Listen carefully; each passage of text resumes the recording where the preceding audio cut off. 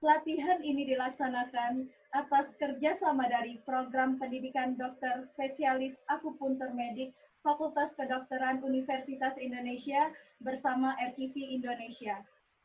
Kami ucapkan selamat mengikuti acara pada peserta yang telah bergabung di virtual conference via Zoom meeting.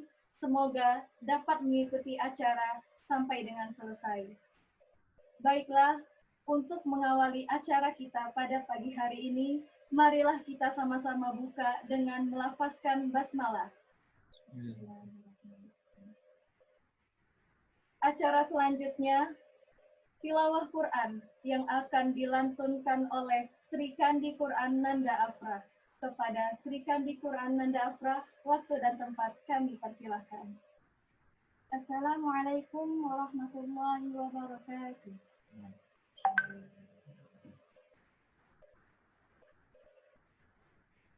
أعوذ بالله من الشيطان الرجيم. بسم الله الرحمن الرحيم.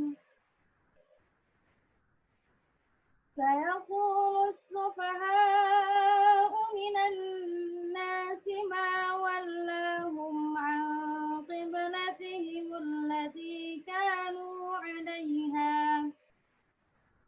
قل لله المشرق والمغرب يهدي من يشاء إلى صراط مستقيم.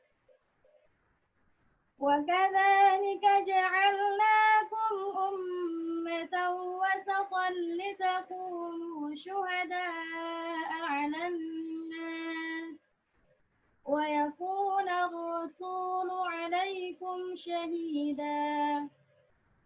وما جعلنا القبلة التي كنت عليها إلا لنعلم من يتبع الرسول ممن ينقلب على عقبيه وإن كانت لكبيرة إلا على الذين هدى الله وما كان الله ليضيع إيمانكم إن الله بالناس لرؤوف رحيم. قد نرى تقلب وجهك في السماء فلنولينك قبلة ترضاها فول وجهك شطر المسجد الحرام وحيث ما كنتم فولوا وجوهكم شطره وإن الذين أوتوا الكتاب ليعلمون أنه الحق من ربهم وما الله بغافل عما يعملون. ولئن أتيت الذين أوتوا الكتاب بكل آية ما تبعوا قبلتك وما أنت بتابع قبلتهم وما بعضهم بتابع قبلة بعض ولئن اتبعت أهواءهم من بعد ما جاءك من العلم إنك إذا لمن الظالمين. صدق الله العظيم. Assalamualaikum warahmatullahi wabarakatuh. Sadaqallahul azim, sadaqallahul azim, sadaqallahul azim. Semoga yang membaca dan mendengarkan mendapatkan limpahan pahala dan rahmat dari Allah Subhanahu wa taala. Amin ya rabbal alamin. Acara selanjutnya menyanyikan lagu Indonesia Raya dan Mars Pemuda RKIVI Indonesia yang akan dipandu oleh Sri Kandi Quran Lydia Rizka Saskia. Kepada Sri Kandi Quran Lydia Rizka Saskia kami persilahkan.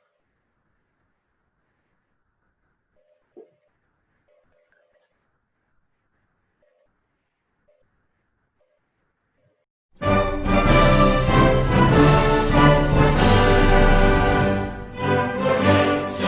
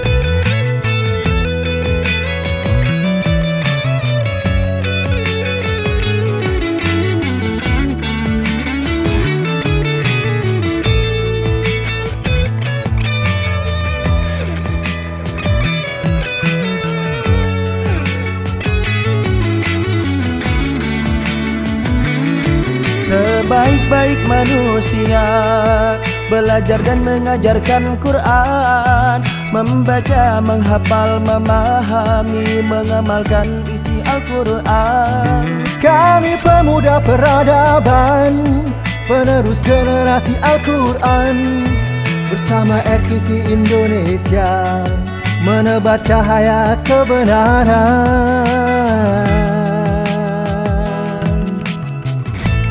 Membaca Al-Quran beserta maknanya, menjadi pedoman hidup bagi setiap manusia. Membaca Al-Quran beserta maknanya di RTV Indonesia sampai akhir usia kita.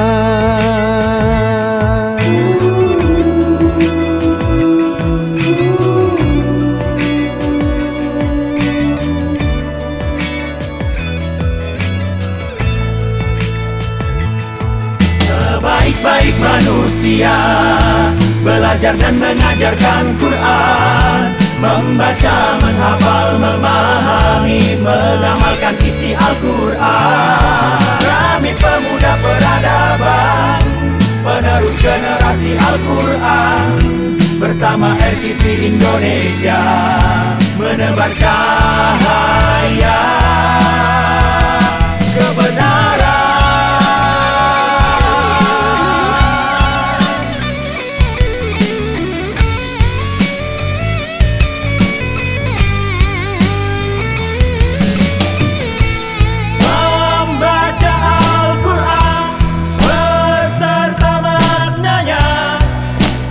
Jadi pedoman hidup bagi setiap manusia. Membaca Al-Quran beserta maknanya, menjadi pedoman hidup bagi setiap manusia. Membaca Al-Quran beserta maknanya, menjadi pedoman hidup bagi setiap manusia. Membaca Al-Quran beserta maknanya di RTV Indonesia sampai akhir usia kita.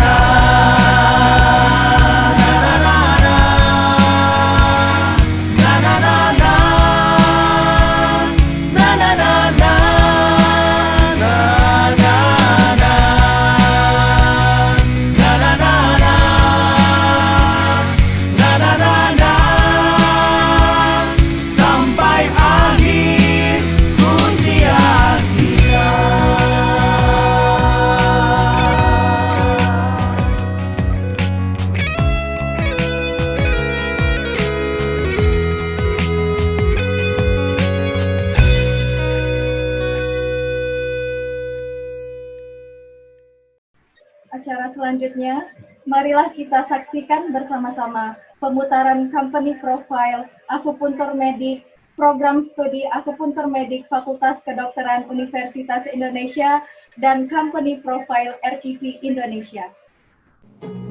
Layanan akupuntur medik dalam praktek sehari-hari. Akupuntur medik adalah suatu pengobatan yang bertujuan untuk mengobati penyakit secara holistik dengan menyeimbangkan homeostasis tubuh kita. Jarum akupuntur berukuran sangat kecil, bahkan lebih kecil dari jarum suntik dan jarum jahit, sehingga rasa sakit yang ditimbulkan pun minimal.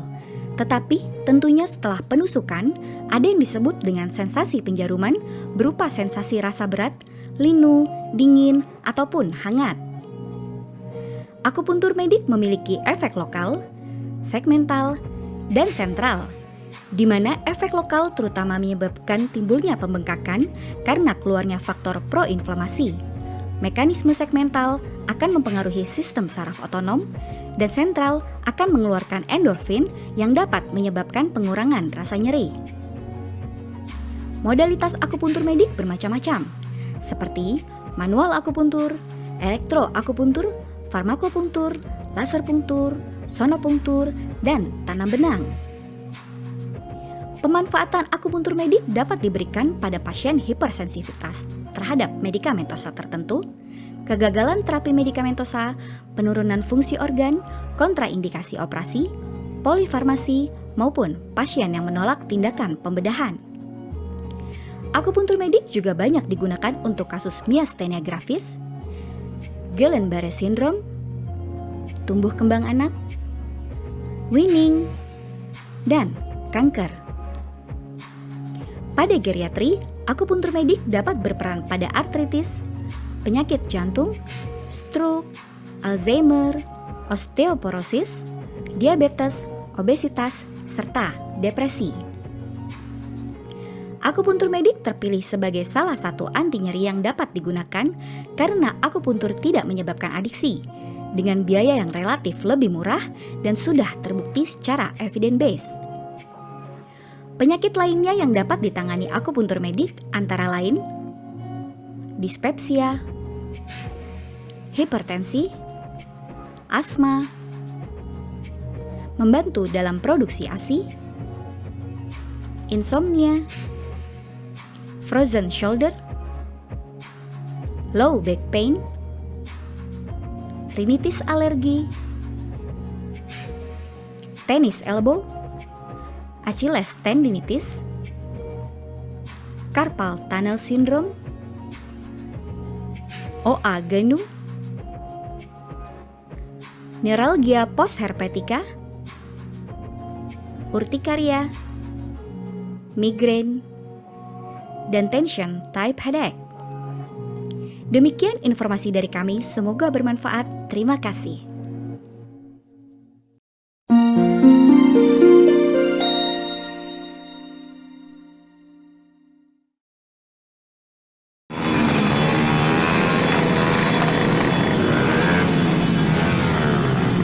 Degradasi moral, sebuah keadaan yang sudah lumrah terjadi di kehidupan keseharian bangsa Indonesia. Hari demi hari, waktu demi waktu, detik demi detik, degradasi moral yang terjadi semakin memprihatinkan. Angka kriminalitas, kekerasan, dan tindakan asusila kian melambung. Itu semua harus dihentikan dengan meningkatkan kepedulian. Degradasi moral yang terjadi pada bangsa Indonesia menjadi permasalahan yang harus disikapi dengan serius. Salah satu penyebab utama atas degradasi moral yang terjadi pada bangsa ini adalah rendahnya tingkat pendidikan, terutama pendidikan bagi masyarakat mayoritas, masyarakat Muslim di Indonesia. Maka salah satu solusi terhadap permasalahan moral di negeri ini adalah pendidikan Islam.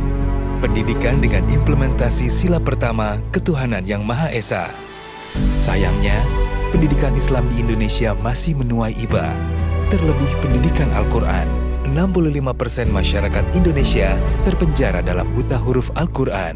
Oleh karena itu, RQV Indonesia hadir demi terwujudnya generasi yang mencintai, menghafal, dan mengamalkan Al-Quran. Agar terbangun di negeri kita tercinta Indonesia, masyarakat dengan peradaban yang berjiwa berani, sehat, kaya, untuk menuju kesuksesan dalam mewujudkan kebahagiaan bersama Al-Quran. Sejak tahun 2014, RQV Indonesia berupaya menjadi bagian solusi permasalahan bangsa dengan bergerak di bidang pendidikan dan memberantas buta huruf Al-Quran, mengarungi samudera lautan, mendaki puncak gunung tinggi, menelusuri pelosok negeri demi memberi secercah cahaya pada masyarakat yang merindukan indahnya Al-Quran. Dengan visi bahagia bersama Al-Quran, RQV Indonesia terus mewujudkan citanya, mewujudkan 1000 kampung Quran Nusantara, melahirkan 5 juta penghafal Al-Quran, serta membangun peradaban berjiwa berani, sehat, kaya, untuk menuju kesuksesan dalam mewujudkan kebahagiaan bersama Al-Quran. Alhamdulillah, RQV Indonesia telah tersebar ke penjuru Nusantara dan terus meluaskan jangkauan sayapnya. Saat ini, RQV Indonesia telah memberikan manfaat ke lebih dari 5.063 masyarakat di 48 cabang dan menebarkan kebermanfaatan di 11 provinsi di Indonesia yang meliputi Aceh, Sumatera Utara, Sumatera Barat, Jambi, Bangka Belitung, Lampung, DKI Jakarta, Jawa Barat, Jawa Timur, Sulawesi Barat, dan Sulawesi Selatan. Insya Allah, Dengan doa dan dukungan dari para donatur, RQV Indonesia akan terus melebarkan sayapnya ke seluruh penjuru Nusantara. RQV Indonesia memiliki sebuah program besar untuk mewujudkan 1000 kampung Quran Nusantara dengan program turunan pengiriman 1000 duta dakwah Nusantara, penyaluran wakaf Al-Quran hafalan, pembebasan tanah dan bangunan pusat tahfizul Quran, mewujudkan 1 juta rumah Al-Quran Nusantara, dan melahirkan 5 juta penghafal Al-Quran Nusantara. Hingga saat ini, RQV Indonesia telah melakukan deklarasi akbar 1000 kampung Quran Nusantara pertama di Majene, Sulawesi Barat dan Cianjur, Jawa Barat. Dan insya Allah, RQV Indonesia akan kembali mendeklarasikan kampung Quran di Toba Samosir, Sumatera Utara, Labuhan Batu Selatan, Sumatera Utara, Sungai Bahar, Jambi, dan Ponorogo, Jawa Timur. RQV Indonesia akan terus berkontribusi mewujudkan masyarakat yang mencintai Al-Quran agar Indonesia menjadi negeri yang baldatun thayyibatun warrobun ghafur, negeri yang subur makmur, aman dan tentram di bawah naungan ampunan Allah Subhanahu wa Ta'ala. RQV Indonesia mengajak segenap elemen bangsa, masyarakat, pemuda, dan siapa saja yang terpanggil jiwanya untuk berkontribusi, berperan aktif, menyumbangkan tenaga maupun harta demi mewujudkan Indonesia yang mencintai dan mengamalkan Pancasila sebagai dasar negara, serta menjadikan Al-Quran sebagai pedoman kebahagiaan umat manusia.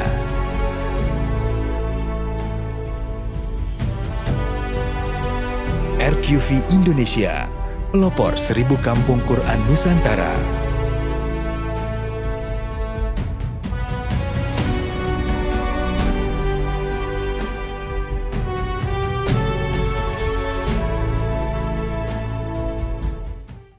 Baiklah, acara selanjutnya sambutan-sambutan. Sambutan yang pertama akan disampaikan oleh PLT Ketua Program Studi Dokter Spesialis Akupuntur Fakultas Kedokteran Universitas Indonesia kepada Dr. Irma Nareswari, BMed SC SPAK. Waktu dan tempat kami persilahkan.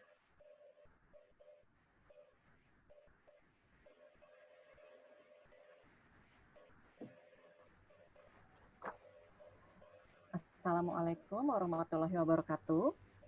Yang saya hormati Presiden RQV Indonesia, Sultan Muda Azmi Fajri Usman, Sarjana Hukum. Dan yang saya hormati narasumber Dr. Sri Wahdini, Biomed, Spesialis Akupuntur, dan seluruh panitia dan pelaksana kegiatan RQV dan PPDS Akupuntur Medik Indonesia. Assalamualaikum warahmatullahi wabarakatuh. Salam sejahtera bagi kita semua. Selamat bergabung saya ucapkan kepada seluruh peserta pelatihan. Pelatihan ini mengambil topik pelatihan acupressure untuk meringankan nyeri punggung bawah yang diperuntukkan bagi semua lapisan masyarakat. Karena mudah dilakukan, dapat dilakukan secara mandiri kapanpun dan dimanapun. Oleh karenanya, saya berharap peserta pelatihan hari ini akan antusias mengikuti dan melakukan latihan bersama agar mendapatkan manfaat yang optimal dan dapat dipraktekkan di kemudian hari. Terima kasih. Terima kasih kepada Dr. Irma atas kata sambutannya. Kata sambutan yang kedua akan disampaikan oleh Presiden RQV Indonesia kepada Sultan Muda Azmi Fajri Usman SH atau yang mewakili kami persilahkan.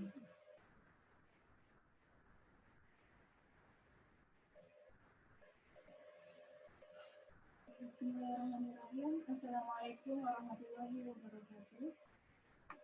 Segala puji bagi Allah yang telah memberikan kesehatan, kenikmatan, kebahagiaan, dan keberanian untuk kita semuanya. Ini untuk diri manusia yang terus berproses untuk menanamkan jiwa dan pikiran yang sehat dalam kehidupan kita. Salawat dan salam semoga tetap kita haturkan kepada Nabi terbaik kita, yakni Baginda Rasulullah Muhammad SAW. Di sini saya mohon izin untuk mewakili Presiden RQV Indonesia, Azmi Fajri Usman SH yang mohon izin untuk tidak bisa menghadiri dalam agenda pagi hari ini. Untuk kali ini saya akan menyampaikan beberapa poin penting dari Presiden RQV Indonesia.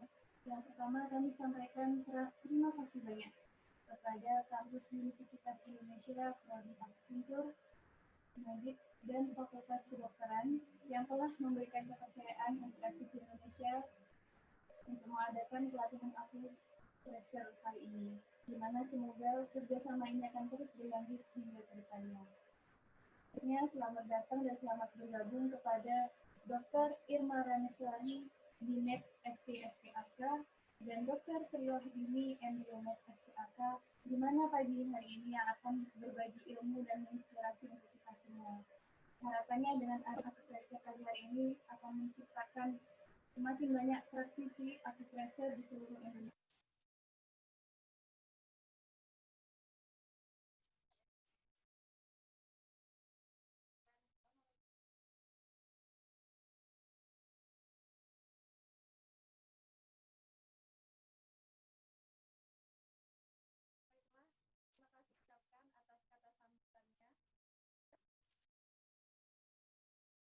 Dari bawah.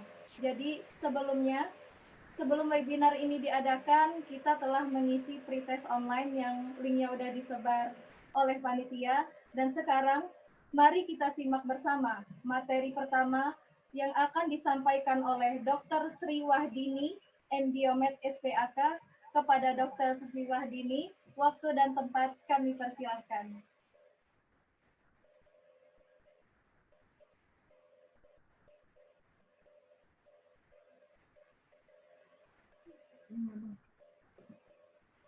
Terima kasih atas kesempatannya. Bismillahirrahmanirrahim. Assalamualaikum warahmatullahi wabarakatuh.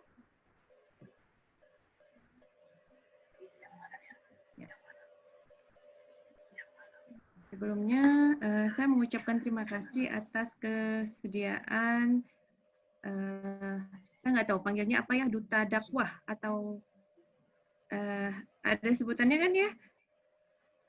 Jadi teman-teman semua untuk mengikuti kegiatan webinar hari ini. Harapannya sih setelah ikut ini nanti teman-teman bisa mempraktekkan akupressure mandiri. Jadi kalau tahun lalu kami sudah juga ke RQV, tetapi karena bentuknya tatap muka, pada saat itu kami hanya berkesempatan bersilaturahmi dengan teman-teman RQV di Jabodetabek. Tapi alhamdulillah, nah sekarang sudah online, lebih banyak teman-teman yang bisa ikut belajar bersama-sama. Ya. Ini baik, saya akan membawakan topik nyeri punggung bawah ya. Slide-nya.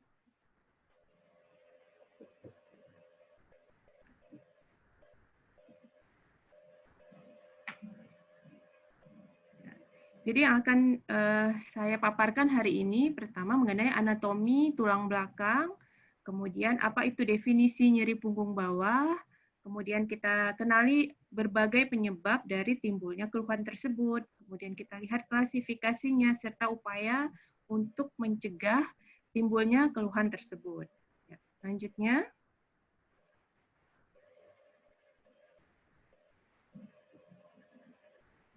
Baik, kita lihat ya, ini adalah tulang belakang kita semua. Jadi ada penampakan dari samping dan juga ada penampakan dari belakang.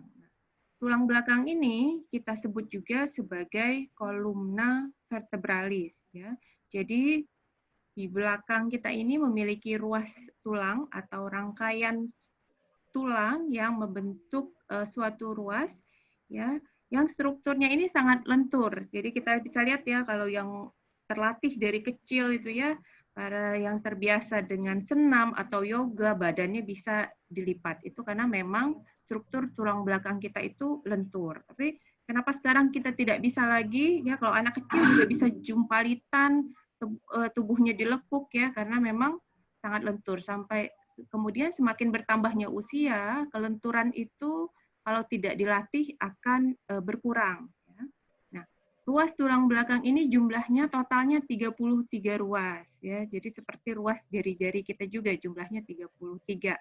Dan terbagi lagi, jadi ada ruas tulang leher, ya di bagian leher, kemudian ada tulang punggung, kemudian di bawahnya itu ada tulang pinggang, yang jumlahnya 5, kemudian setelah itu, ya ini maaf, slide-nya.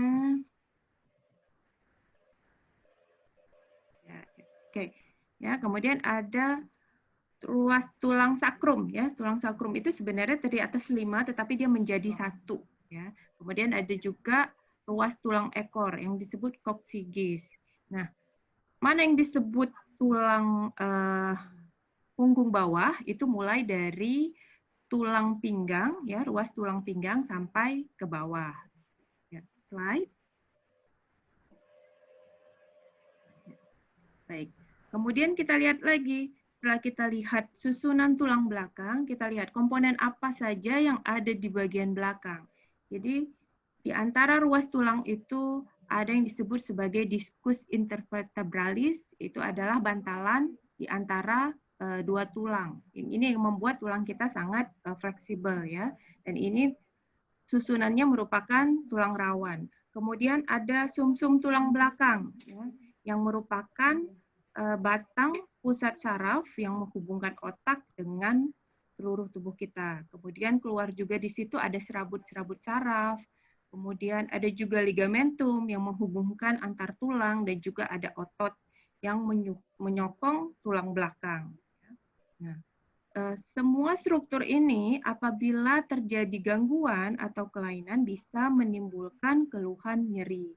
Jadi bisa juga misalnya kita terasa pegal atau tidak nyaman di belakang. Kemungkinan adalah gangguannya pada ototnya.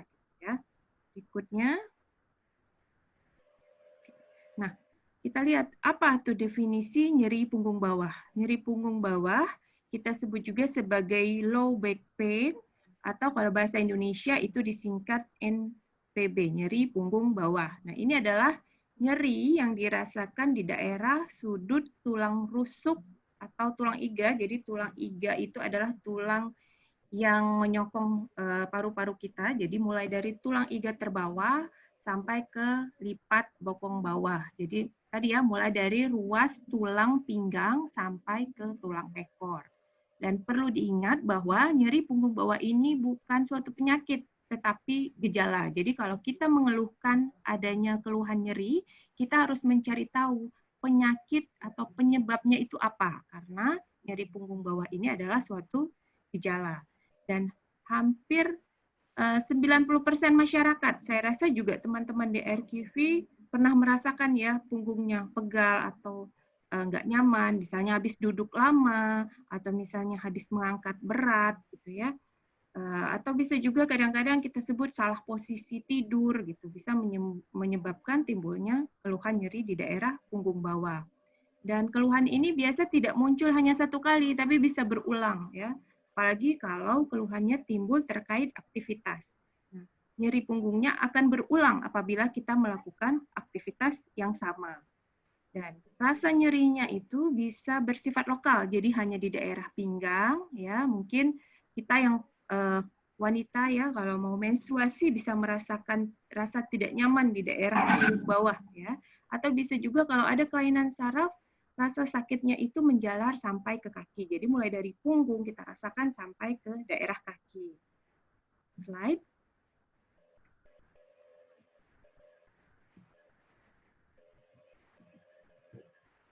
Nah, selanjutnya kita lihat apa saja sih yang bisa menyebabkan timbulnya keluhan tadi.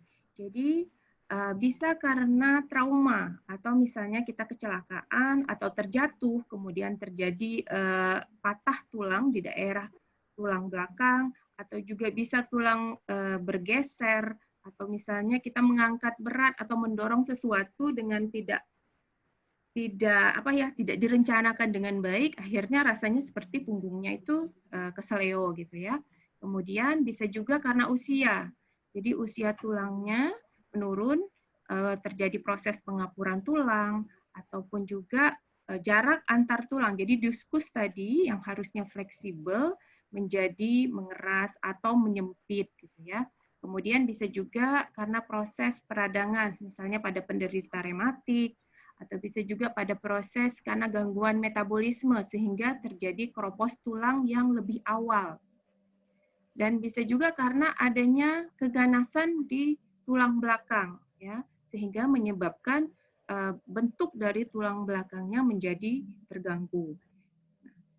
Nyeri punggung bawah selain karena proses atau kelainan atau gangguan yang berada di daerah punggung, bisa juga karena adanya kelainan organ, misalnya ginjal, karena memang ginjal letaknya di daerah pinggang dan lebih ke arah belakang.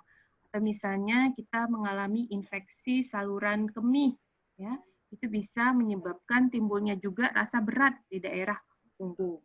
Atau bagi teman-teman yang pernah memiliki riwayat yang pada tulang, ya, jadi akan timbul keluhan nyeri punggung yang menetap.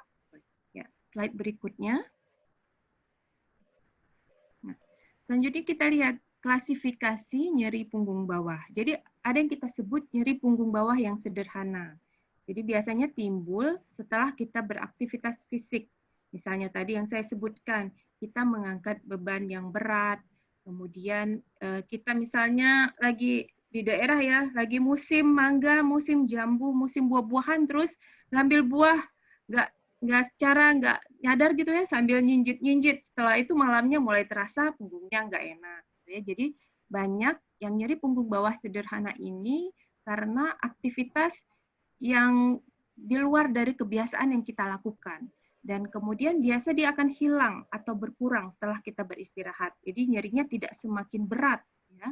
Kemudian biasanya nyerinya itu bersifat lokal. Jadi tidak ada penjalaran rasa nyeri dari punggung sampai ke kaki. Kemudian kita perlu waspadai apabila nyeri punggungnya itu disertai dengan keluhan, misalnya ada rasa lemah. Lemah ini maksudnya kekuatan kakinya. Jadi kaki buat melangkah itu berat, buat berdiri berat, ya. Jadi nyeri punggung bawah yang disertai dengan gangguan kelemahan kedua tungkai atau kedua kaki. Kemudian ada penurunan rasa. Jadi kakinya rasanya kesemutan atau kalau tertusuk itu kurang terasa gitu ya.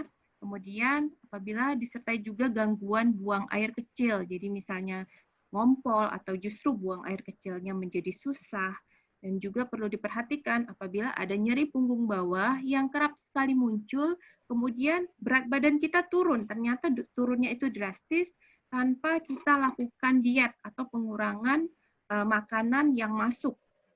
Kemudian disertai juga demam, atau nyerinya semakin berat. Jadi setelah kita beristirahat atau setelah kita berikan obat gosok ya biasanya yang paling sering itu nyerinya tidak berkurang, justru semakin memberat. Nah, hal-hal seperti ini perlu Anda kenali, dan apabila Anda atau kerabat kita atau keluarga kita yang mengeluhkan nyeri punggung bawah disertai dengan gejala-gejala yang sudah saya sebutkan tadi, maka ini wajib Anda harus konsultasi ke dokter. Ya. Kalau nyeri punggung sederhana, itu bisa Anda obati sendiri. Bisa Anda lakukan kompres, atau misalnya Anda minum obat penghilang nyeri, atau juga nanti setelah kami ajarkan acupressure, Anda bisa praktekkan acupressure sehingga keluhan nyerinya menjadi berkurang.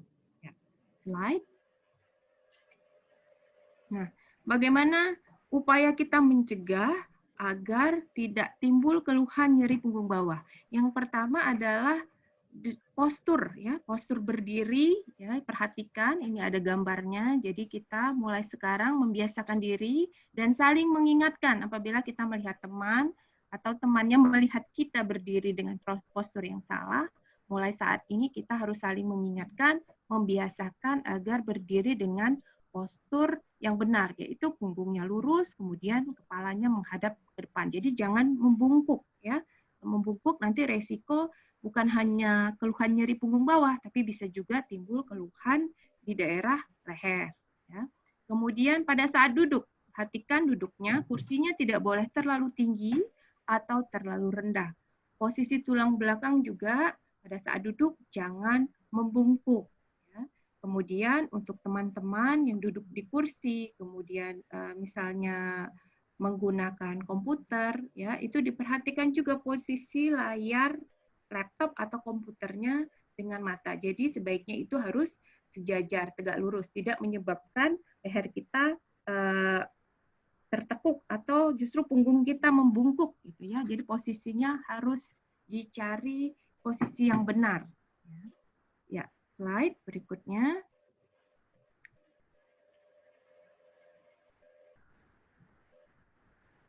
Ya, kemudian yang perlu diperhatikan juga posisi ketika kita mengangkat suatu barang, terutama barang-barang yang berat. Jadi posisinya jangan membungkuk langsung berdiri, tetapi perlu diperhatikan. Jadi mulai dari posisi jongkok, kita pegang barangnya, kemudian kita mulai tegakkan punggung, setelah punggungnya tegak, baru lututnya kita luruskan. Jadi kebiasaan kita selama ini adalah mengangkat barang dengan posisi seperti kita mau ruku ya, jadi membungkuk, barangnya diambil, kemudian berdiri. Ternyata posisi itu salah. Jadi yang benar adalah kita posisi jongkok dulu, kita pegang barangnya, setelah itu punggungnya kita luruskan, diikuti dengan kakinya yang lurus, gitu ya. Dan kemudian perlu diperhatikan juga mengenai berat badan, karena terutama untuk lingkar pinggang yang agak besar ya atau banyak lemaknya itu akan membebani tulang belakang sehingga lebih beresiko tinggi untuk timbulnya keluhan nyeri punggung bawah. Dan perhatikan juga makanan kita, karena makanan yang bergizi atau banyak mengandung kalsium itu diperlukan untuk kekuatan tulang. Ya. Kemudian berhenti merokok, saya yakin teman-teman RQV ini semua insya Allah ya tidak ada yang merokok. Jadi untuk poin pantang rokok ini saya tidak perlu khawatir lagi di RQV. Insya Allah teman-teman semua saya yakin pasti tidak ada yang merokok ya. Kemudian jangan lupa juga berolahraga dengan rutin. Ya saya sempat melihat teman-teman RQV ini secara rutin ya melakukan senam. Itu juga sangat bagus ya. Baik. Saya rasa demikian saja presentasi saya. Ini hanya memperkenalkan apa itu nyeri punggung bawah, kemudian bagaimana upaya kita mencegah agar tidak timbul keluhan tersebut. Dan bagi teman-teman yang memang aktivitasnya ini membaca Quran, duduknya di bawah, itu juga perlu diperhatikan posisi duduknya. Ya, jadi mungkin setiap 30 menit Anda merubah posisi. Jadi bisa dengan relaksasi, berdiri dulu sebentar, atau kakinya diluruskan. Jadi tidak selama berjam-jam duduk dalam satu posisi. Ya, itu memberi kesempatan istirahat untuk tulang punggung kita. Baik, saya rasa demikian presentasi saya. Saya kembalikan acara ke MC. Terima kasih kepada Dr. Sri Wahyudini yang telah menyampaikan materi yang pertamanya. Peserta, setelah selesai materi nanti, kita akan membuka sesi tanya jawab. Jadi kepada para peserta, silakan menyiapkan pertanyaannya. Kita lanjut materi kedua tentang akupresur nyeri punggung bawah yang akan disampaikan oleh Dr. Irma Nareswari, BMSC SPAK. Kepada Dr. Irma Nareswari, BMSC SPAK, waktu dan tempat kami persilahkan. Baik, Assalamualaikum warahmatullahi wabarakatuh. Kali ini saya berkesempatan untuk memberikan materi, sebetulnya apa itu akupresur. Sebentar, kita tunggu dulu untuk ya slide-nya. Baik, sebetulnya bagaimana sih cara kita melakukan akupresur untuk meredakan nyeri punggung bawah? Slide.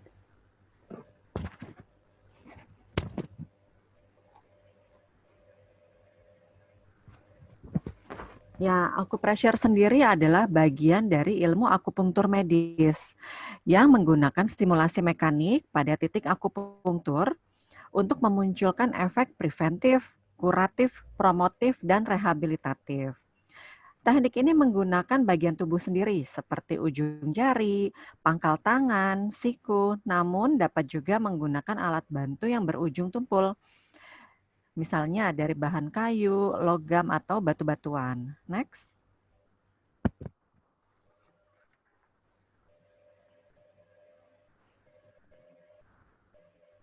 Ya, kali ini saya akan memperkenalkan mekanisme akupresur. Bagaimana akupresur itu bisa meredakan nyeri terutama nyeri punggung bawah. Pertama ada mekanisme lokal, kedua ada mekanisme segmental, dan ketiga mekanisme sentral.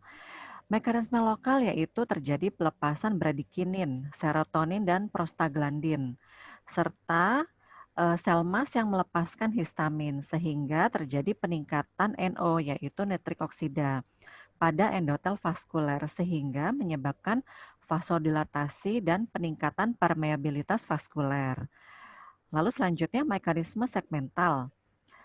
Diperantarai oleh serabut saraf efferent tipe 1 dan 2 yang menstimulasi sel endorfogenik. Bingung ya ininya ya, istilah-istilahnya. Dan sel ini terdapat di medula spinalis, yaitu tulang belakang. Sehingga sel ini akan menghasilkan endorfin yang akan dihantarkan ke sistem saraf pusat, yaitu ke otak kita. Yang terakhir, mekanisme sentral. Mekanisme sentral ini melalui descending modulation yang akan mempengaruhi ada 3, neurotransmitter, sistem parasimpatis, dan sistem hormonal yang nantinya akan bekerja secara homeostasis atau menyeimbangkan sistem organ, sehingga tujuannya akan meningkatkan sistem imunitas, memperbaiki sistem kardiovaskuler, sistem respirasi, dan membantu untuk penyembuhan jaringan. Next.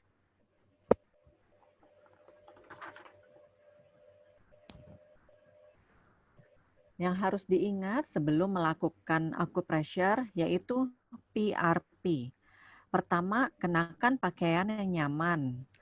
Lalu lakukan relaksasi terlebih dahulu dengan memijat tengkuk, bahu, lengan tangan, pinggang, paha, dan kaki dengan menggunakan jari serta telapak tangan. Masing-masing pijatan sebanyak 5 kali. Lalu yang terakhir adalah posisi. Kita harus mengatur posisi senyaman mungkin untuk menjangkau lokasi acupressure yang diinginkan. Next.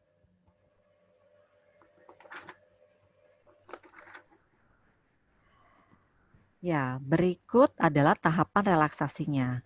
Pertama, kita akan menstimulasi atau memijat secara perlahan area tengkuk, bahu, dilanjutkan dengan lengan, lalu ke tangan, serta pinggang belakang.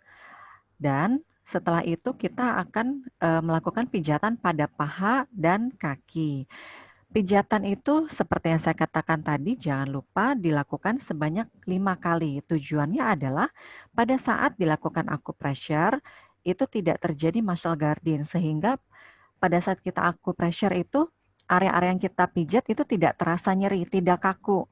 Jadi lebih rileks sehingga hasilnya lebih optimal. Next.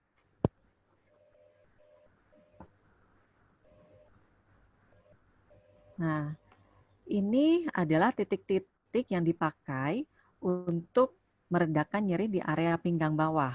Ini ada kodenya pada titik-titik akupunktur sendiri, yaitu BL23 dan BL40. Pertama, kita tentukan titiknya. Nanti area titiknya akan saya beritahu.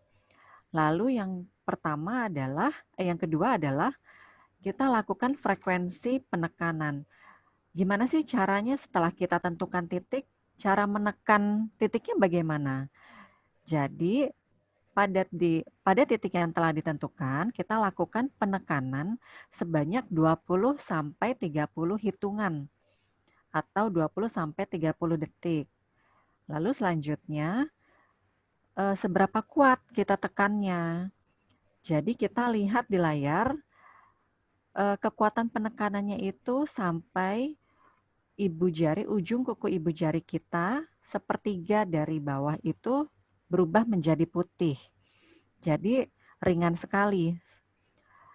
Lalu yang ketiga, selain pakai jari tangan, bisa nggak sih kita pakai alat bantu yang lain? Tentu bisa, tapi pakai alat bantu tumpul yang kekuatannya disesuaikan. Kalau memakai jari, kita harus melihat nih ujung kuku ibu jari kita sudah sepertiganya menjadi putih atau belum.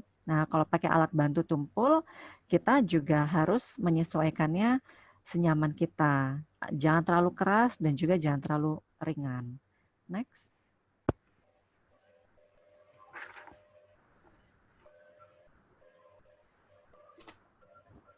Nah, ini tadi titik BL23. Ternyata ini titik yang terletak di pinggang belakang. Karena itu tadi pada tahapan relaksasi yang selama 5 kali pemijatan, kita juga melakukan pemijatan 5 kali dulu supaya area pinggang yang mau kita tekan, mau kita akupressure itu juga lebih rileks. Di mana sih titiknya? Titiknya itu terletak di bagian pinggang belakang sejajar dengan pusar. Jadi kita tarik nih dari pusar depan, tarik tangan kita ke belakang. Nah, letaknya ini selebar 2 jari tangan ke samping kiri dan tangan dari garis tengah. Garis tengah di sini yang dimaksud adalah dari tulang belakang. Jadi dari tulang belakang kita ambil 2 jari tangan ke samping kiri dan kanan. Nah, letaknya terdapat 2 titik di pinggang belakang. Oke, selanjutnya.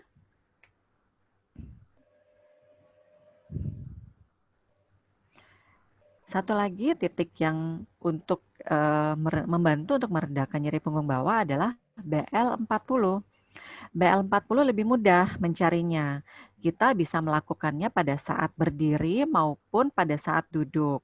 Lebih nyaman kalau dilakukan pada saat duduk, lalu kita pegang pertengahan lipat lutut yang di belakang. Jadi pada saat duduk kan kaki kita tertekuk ya. Jadi kita akan lebih mudah untuk menekan titik tersebut. Jadi di tengah-tengah lipat lutut yang di belakang. Kalau kita tekan tuh rasanya kan kadang-kadang misalnya kalau kita habis olahraga, lari jauh atau jalan gitu ya. Kadang-kadang rasanya ada yang ngilu-ngilu enak gitu. Nah, biasanya itu titik yang biasa dipakai untuk meredakan nyeri punggung bawah. Next.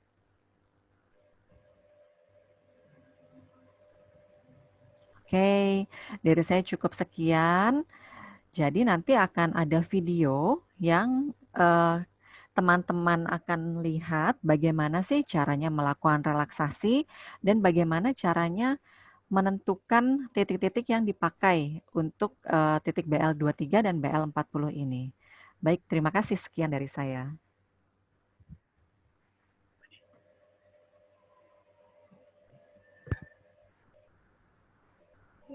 Terima kasih kepada Dr. Irma atas penyampaian materinya mengenai bagaimana cara melakukan akupressure untuk meredakan nyeri punggung bawah.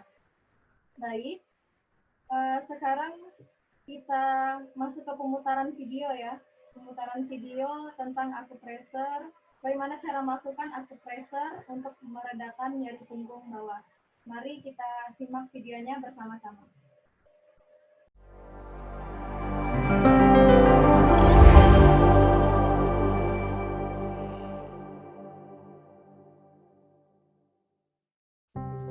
Assalamualaikum, salam sehat.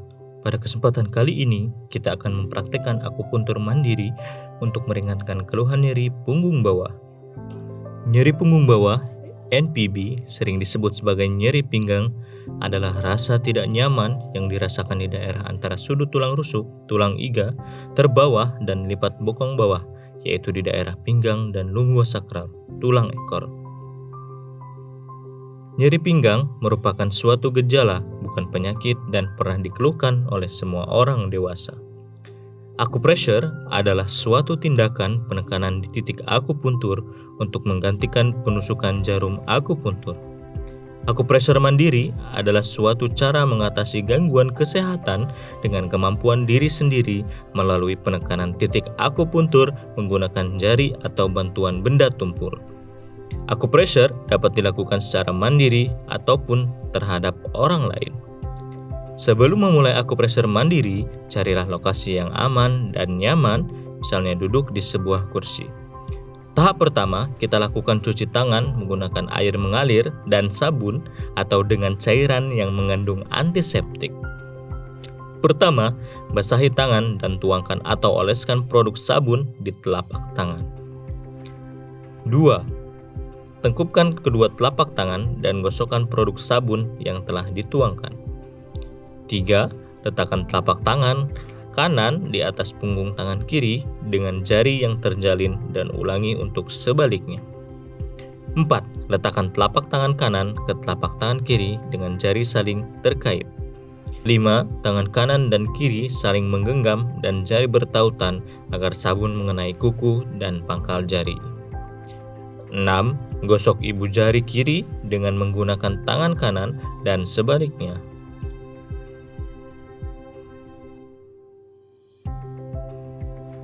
7. Gosokkan jari-jari tangan kanan yang tergenggam di telapak tangan kiri dan sebaliknya. 8. Bilas dan keringkan.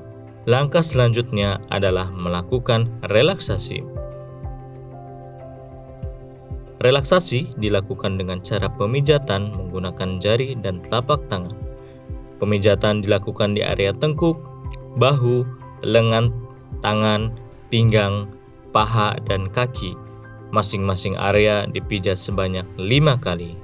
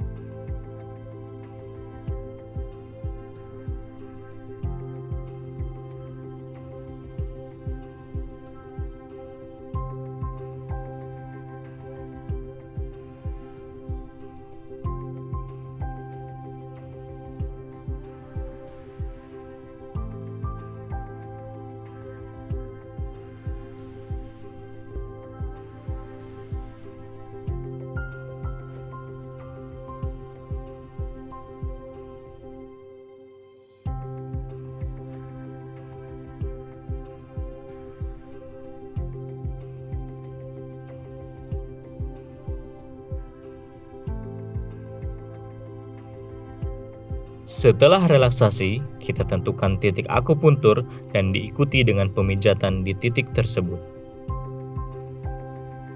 Titik pertama yang dapat digunakan pada acupressure untuk mengurangi nyeri punggung bawah adalah titik BL23, Shenshu.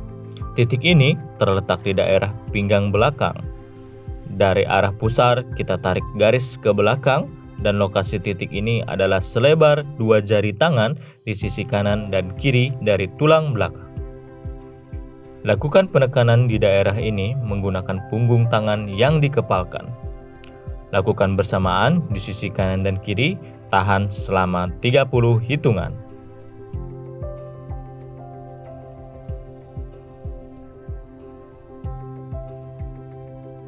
Titik selanjutnya adalah BL40, Wei Chung. Titik ini terletak di pertengahan daerah lipat lutut. Lakukan penekanan di daerah ini menggunakan ibu jari, tahan selama 30 hitungan. Penekanan di titik ini dapat dilakukan bergantian, misalnya kaki kanan terlebih dahulu, kemudian kaki kiri, atau dapat juga dilakukan secara bersamaan. Selesai semua dilakukan, jangan lupa cuci tangan kembali. Anda dapat melakukan acupressure mandiri dimanapun dan dapat diulang beberapa kali dalam sehari.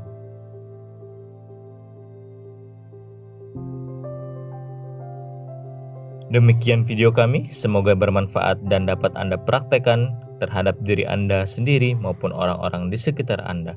Terima kasih. Wassalamualaikum warahmatullahi wabarakatuh. Demikian video kami, semoga bermanfaat. Terima kasih.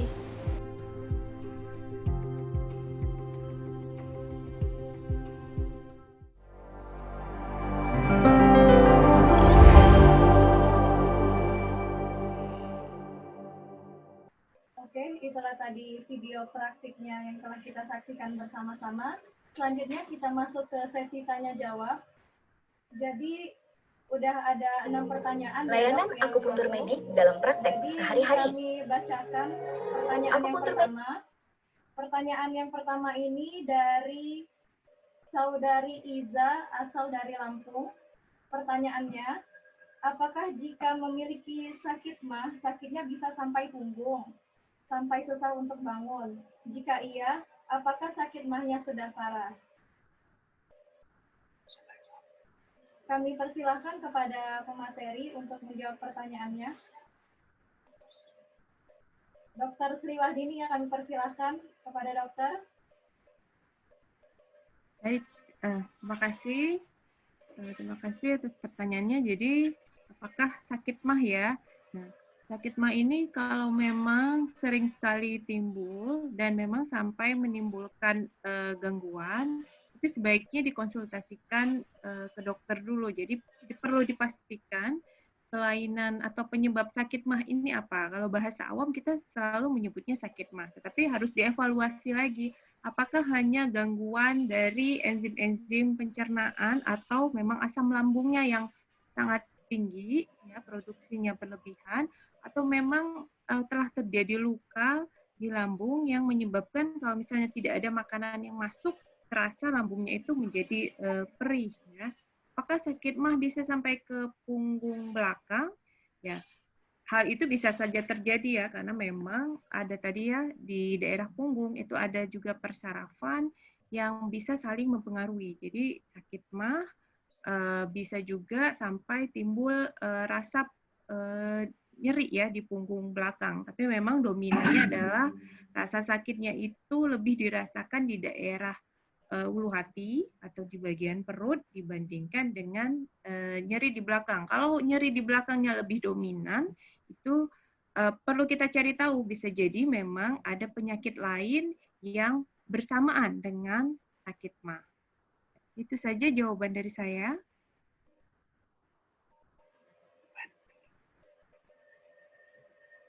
Oke, udah terjawab ya Saudari Iza. Kita lanjut ke pertanyaan selanjutnya ya dok. Ini ada pertanyaan masuk dari Ocha, asalnya dari Bogor.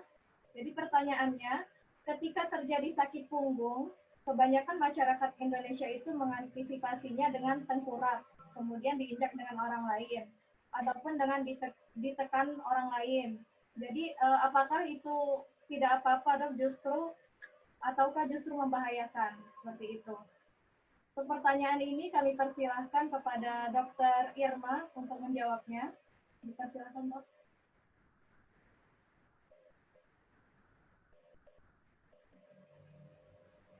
Ya baik, terima kasih pertanyaannya. Ya, kalau untuk dilakukan penginjakan atau ditekan gitu ya pada punggungnya, itu hanya sugesti sebetulnya. Membuat rasa, oh sudah dilakukan semacam terapi atau tindakan supaya otot-otot di punggungnya lebih rileks. Padahal itu malah membahayakan. Yang ditakutkan, tadi kan sudah dipaparkan ya sama dokter Sri Wahyuni bahwa di punggung kita itu ada saraf-saraf loh yang akan mempengaruhi organ-organ dalam. Jadi kalau sampai ada terjadi trauma, perlukaan, sehingga ada pergeseran pada tulang belakang karena tindakan-tindakan yang dilakukan, itu nantinya malah akan membahayakan. Seperti itu.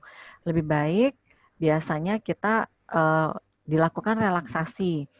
Jadi misalkan senam gitu, supaya punggung-punggung otot di punggung yang kaku itu di stretching dan dilemaskan. Lebih baik seperti itu. Oke, terima kasih.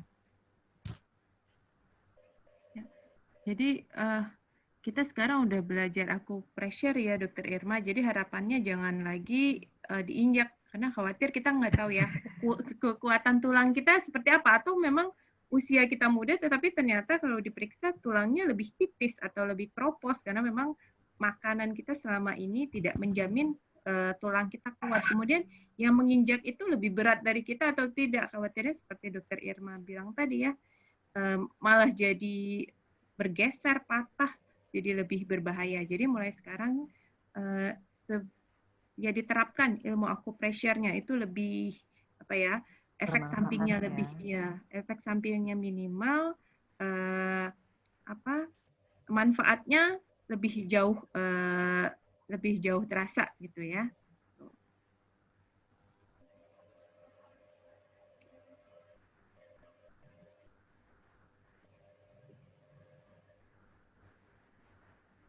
Oke, udah jelas ya, Ocha, pertanyaan.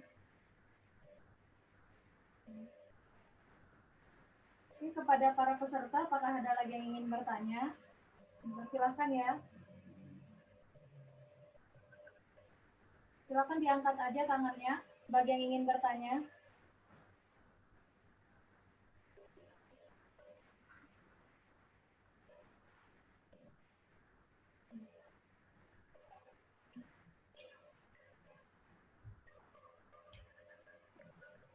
Mungkin kami berdua ingin ada satu volunteer ya, relawan yang ingin menunjukkan nih, benar nggak titiknya. Jadi di depan kamera Zoom, ya khawatirnya video yang sudah kami tayangkan itu nanti Anda masih salah menentukan titiknya sehingga efeknya tidak maksimal. Mungkin MC bisa membantu mencari relawan atau menunjuk relawan yang bersedia untuk menunjukkan kepada kami dan teman-teman semua cara menentukan titiknya.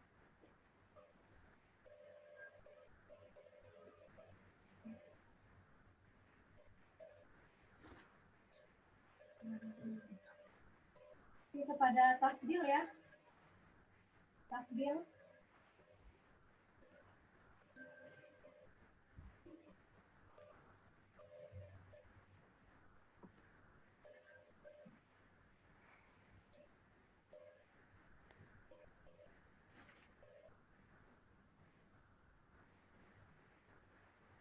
Mungkin satu titik yang BL23 dulu gitu. Nanti volunteer yang lain BL40.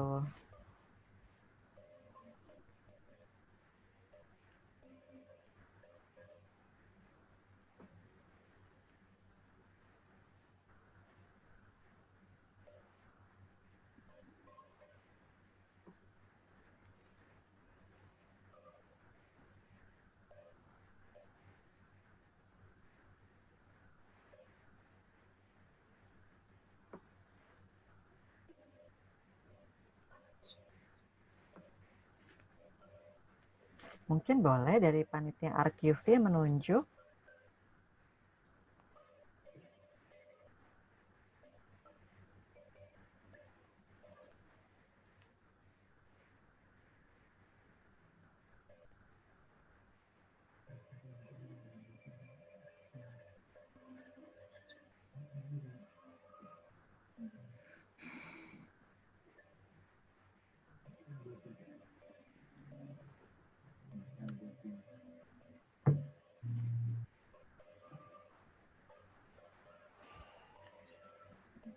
Langsung dari studio ya.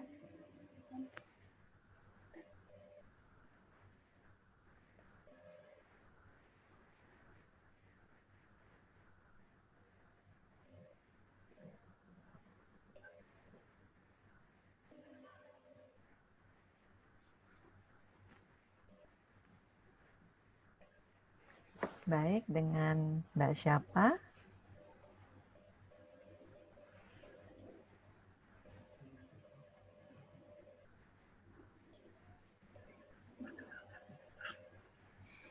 Perkenalkan, nama saya Devira. Oke, Mbak Devira mau titik yang mana? BL23? Saya umur 18 tahun. Oke.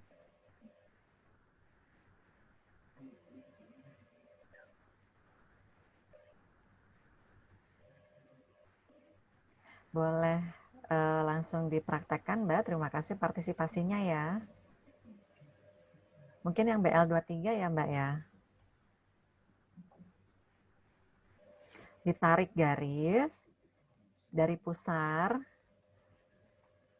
Oke, dari pusar lalu ke belakang ya, di pinggang belakang. Dari tulang punggung 2 jari ke kanan dan ke kiri. Tulang punggungnya boleh ditunjuk, Mbak. Ya, di tengah situ, lalu 2 jari ke kanan dan ke kiri. 2 jarinya kayak gini ya. Mungkin agak sulit ya kalau posisinya gitu, tapi oke.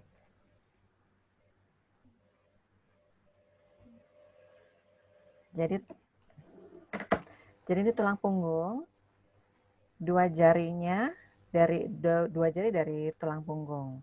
Iya. jika Papa mungkin bisa dibantu kali, perkiraan aja kalau dilakukan sendiri. Ya, oke. Mana Mbak?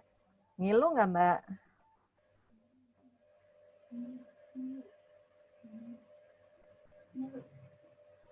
Ngilu. Oke, Dokter Cici masukannya, Dok. Iya, kemudian ya mungkin teman-teman lain juga bisa ya sambil mempraktekkan. Jadi lebih ingat ya, langsung ditarik, dicari pusernya dulu ya. Jangan sampai orang lain meraba pusernya, masing-masing raba pusernya sendiri. Makanya kami ajarkan acupressure mandiri. Jangan nanti pusernya minta temennya yang cariin ya, masing-masing raba pusernya. Kemudian kiri ke kanan, ditarik ya ke belakang. Nah, sampai ketemu dulu tulang belakangnya. Setelah itu digeser ke kanan ke kiri sedikit, kira-kira 2 jari dikira-kira aja ya. Boleh ditekan-tekan dulu dengan tangan ya. Nah, rasanya gimana?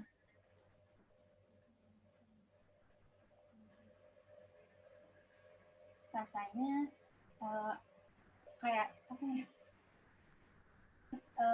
Enak gitu, tertarik gitu. Ya. Nah, kalau titiknya udah ketemu, sekarang kita lakukan perangsangannya. Penekanannya ya. Ya, penekanannya. Nah, kalau di daerah belakang itu lebih enak dengan kuku, ini apa, buku ya, kuku jari ya. Jadi tangannya dikepalkan, terus ya dengan ini. Bisa juga dengan jari-jari, tetapi lebih enak ya, masing-masing lah ditemukan aja apakah lebih enak dengan jari atau juga dengan buku-buku jarinya. Jadi kalau mungkin ya, kalau yang laki-laki pengen penekanannya lebih kuat ya, lebih enak dengan kepalan jari-jari gitu. Untuk pengen tekanannya yang lebih ringan, ya kita gunakan hanya penekan dengan jari-jari kita. Itu ya, Dokter Irma. Iya, betul, Dokter Cici. Mungkin yang lain sambil melihat. Pakai yang ini atau ini? Maaf, suaranya. Pakai yang ini, Mbak Devira. Kan bagian punggungnya itu pakai ini, bagian ini, belakangnya. Ini, atau ya. Ini, pakai ini. Yang pertama, Mbak Devira. Ininya. Ini kan jari dikepalin, kemudian ada ininya ya. Coba masing-masing dirasakan saja bagaimana kalau menekan dengan 2 jari, misalnya jari tunjuk dengan jari tengah, kemudian dibandingkan dengan kepalan atau kuku jari ya. Lebih enak yang mana? Karena batas ambang penekanan setiap orang itu berbeda-beda gitu. Ada yang suka penekanan agak kuat ya, Dokter Cici, ada juga yang ringan.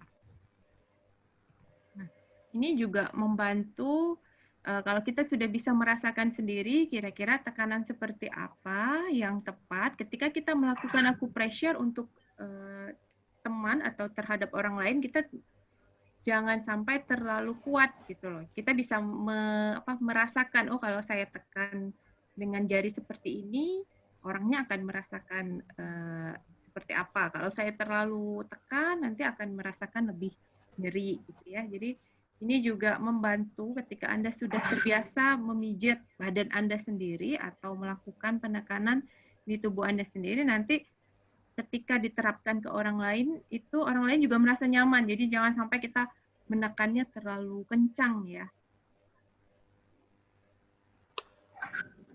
Izin bertanya, Dok. Ya, silakan namanya. Saya Fajar, Dok, dari RKV Indonesia. Ingin bertanya, bagaimana tanggapan dokter terkait kiropraksi, Dok? Karena kalau nggak salah saya, kiropraksi juga bisa meredakan nyeri di punggung begitu. Apakah itu ilmu yang diakui oleh kedokteran dan apakah itu berbahaya atau tidak untuk kesehatan kita? Terima kasih, Dok.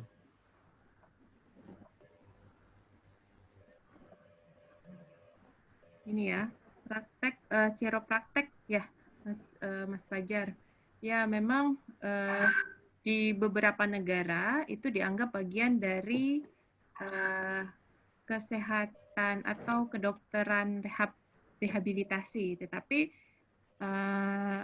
perlu diperhatikan bahwa praktek chiropraktek itu beresiko untuk terjadinya malah membuat tulang patah. Jadi perlu kita sebaiknya sebelum ke chiropraktek kita harus tahu kesehatan tulang kita seperti apa gitu. Karena memang sebagian orang Indonesia ya, padahal matahari sangat melimpah, makanan sangat banyak, tetapi tulangnya itu lebih tipis karena kita tidak terlalu memperhatikan jenis makanan yang kita makan gitu. Yang penting sejauh ini makanannya adalah membuat kita kenyang. Hal itu kemudian konsumsi susu juga sangat sedikit. Padahal makanan-makanan yang banyak kalsium ya, seperti misalnya ikan, kemudian susu, tempe, tahu itu sangat diperlukan untuk kekuatan tulang. Jadi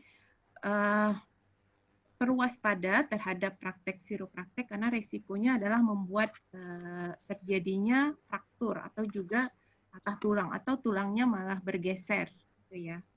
Itu tanggapan dari saya. Mungkin Dokter Irma bisa menambahkan, Dok? Ya, baik Dokter Cici. Jadi memang pertanyaan yang menarik ya, Mas Fajar. Chiropractor sendiri memang suatu manipulasi yang dilakukan pada terutama tulang belakang, sehingga jangan lupa tadi gambar anatomi yang sudah dipaparkan oleh Dokter Sri. Tulang belakang itu ada beberapa bagian, dari atas servikal, torakol, lumbal, dan fungsinya itu mempersarafi seluruh bagian tubuh di seluruh tubuh kita dan juga organ-organ dalam.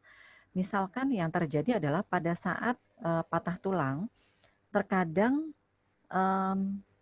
kita istilah awamnya itu hanya retak gitu, tapi retak pun sebetulnya disebut patah tulang sebetulnya dalam medis.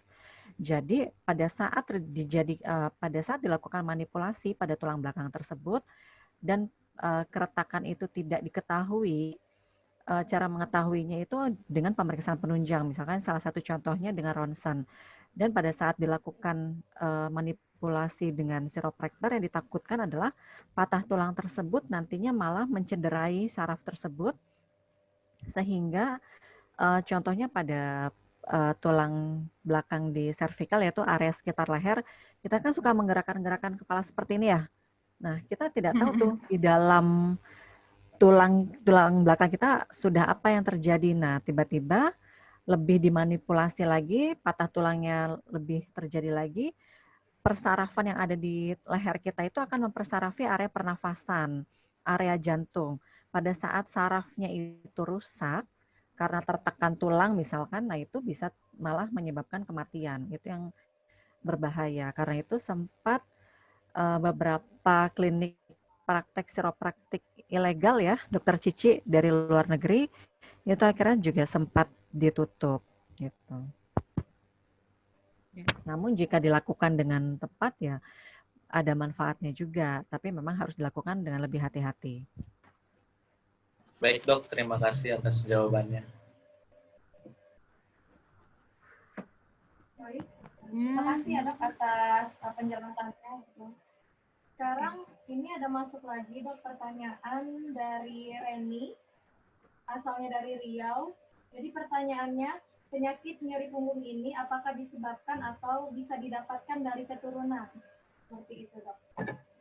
Ya, jadi bisa dari keturunan dalam arti kata, jadi di tulang belakang itu harusnya setiap ruas tulang itu memiliki lengkung ya. Nah, apabila bentuk lengkungnya itu tidak normal, itu bisa menimbulkan keluhan nyeri tulang belakang. Salah satunya yang paling banyak itu adalah misalnya yang kita sebut lengkungnya miring atau skoliosis. Jadi tulangnya seharusnya lurus, ternyata melengkung ke salah satu sisi ya. Ini skoliosis itu bisa karena keturunan, bisa juga karena dari kecil pada saat kita belajar posisi duduk kita tuh salah, sehingga pada saat dewasa terbentuklah bentuk lengkung tulang yang tidak normal.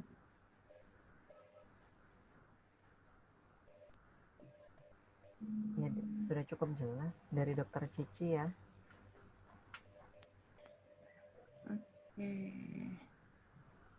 Mungkin dari kolom chat ya, di sini juga ada yang menanyakan, kalau habis angkat berat, apakah boleh langsung dilakukan relaksasi?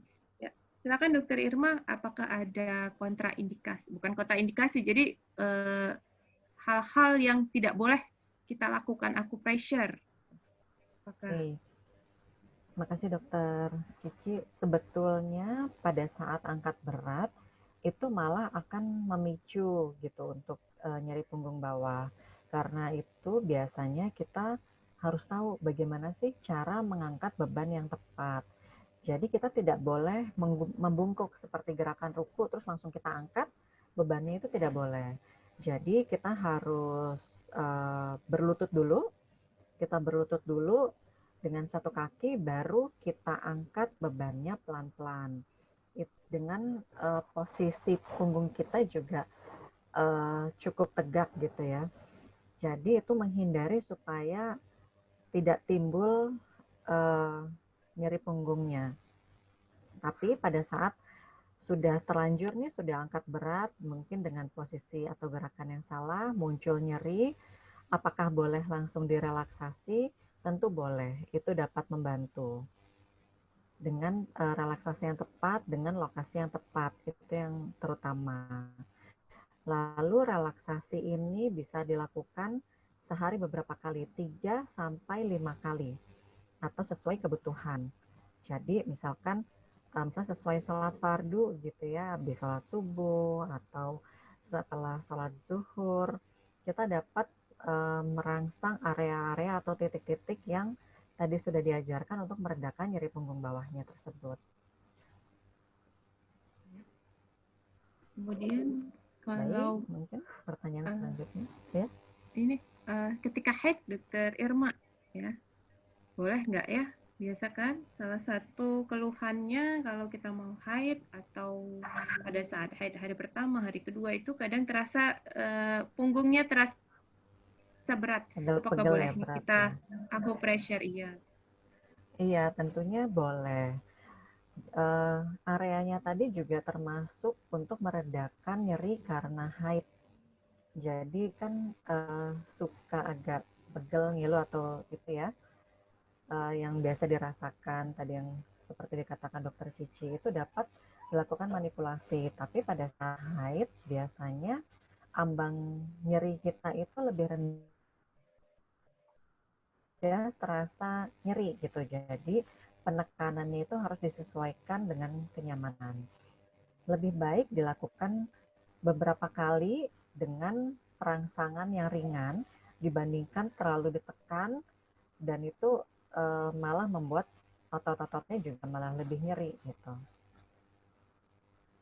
Boleh sekali dilakukan, apalagi kalau dikompres hangat dengan handuk hangat, itu dapat membantu sekali.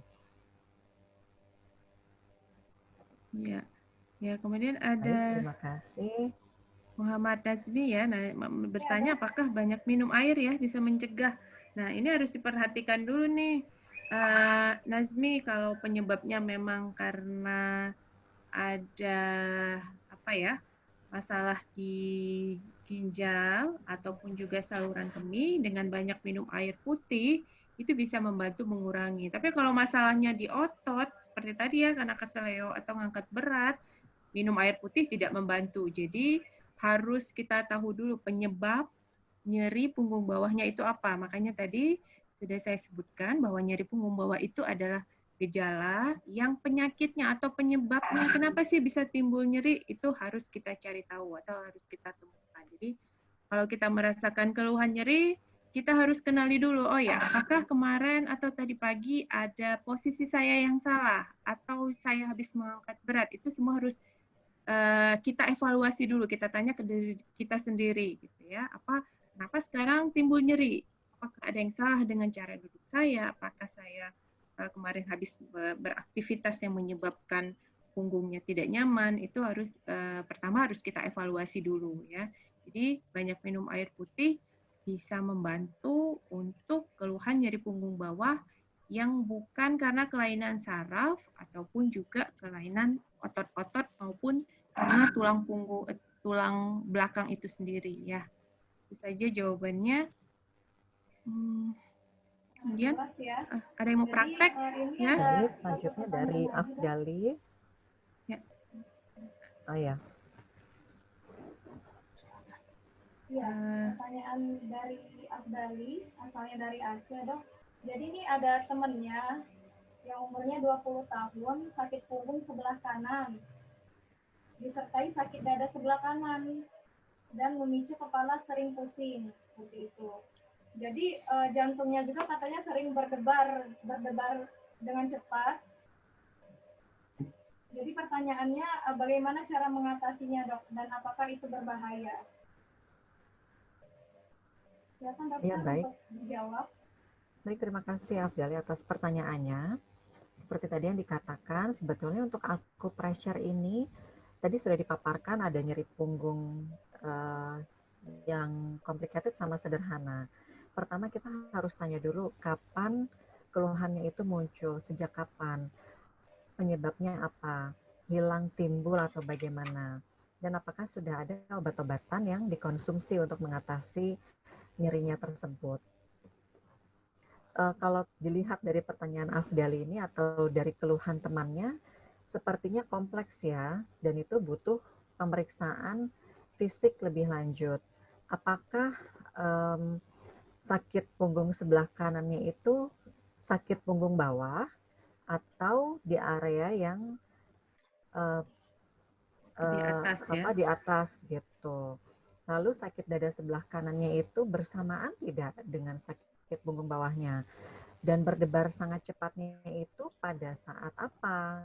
Bisa juga pada saat teman terasa cemas, misalnya mau ujian atau mau mempresentasikan sesuatu, itu kan dari psikis, atau beraktivitas, salah satunya berjalan, naik turun tangga, seperti itu, atau memang pada saat istirahat ternyata muncul nih berdebar-debar dengan cepat. Nah, itu harus dieksplorasi lebih lanjut.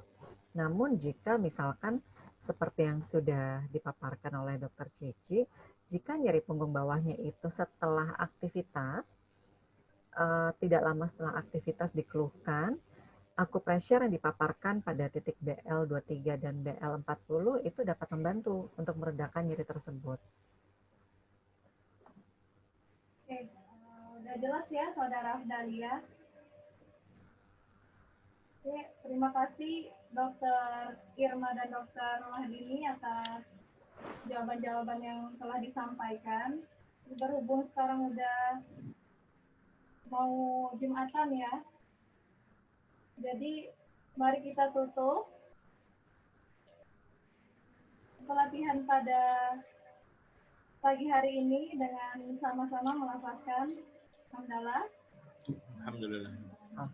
Jadi udah jelas ya buat teman-teman peserta di rumah terkait apa itu nyeri punggung, kemudian bagaimana cara mengatasinya, dan silakan boleh dipraktekkan kembali seperti itu di rumah. Jadi ketika ada nyeri-nyeri punggung, jadi kita udah bisa mempraktekannya seperti itu.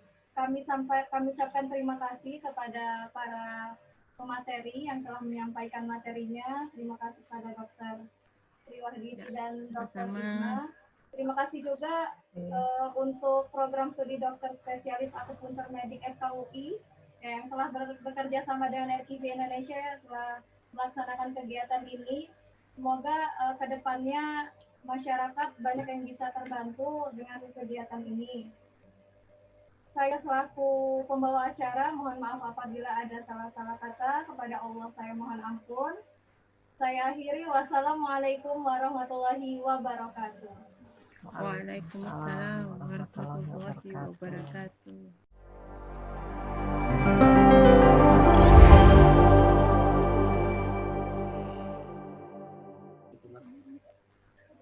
Dilanjutkan dengan foto bareng ya virtual. Silahkan dinyalakan kameranya. Boleh dinyalakan kameranya. Untuk semua peserta akan kita ambil dokumentasi virtual conference-nya.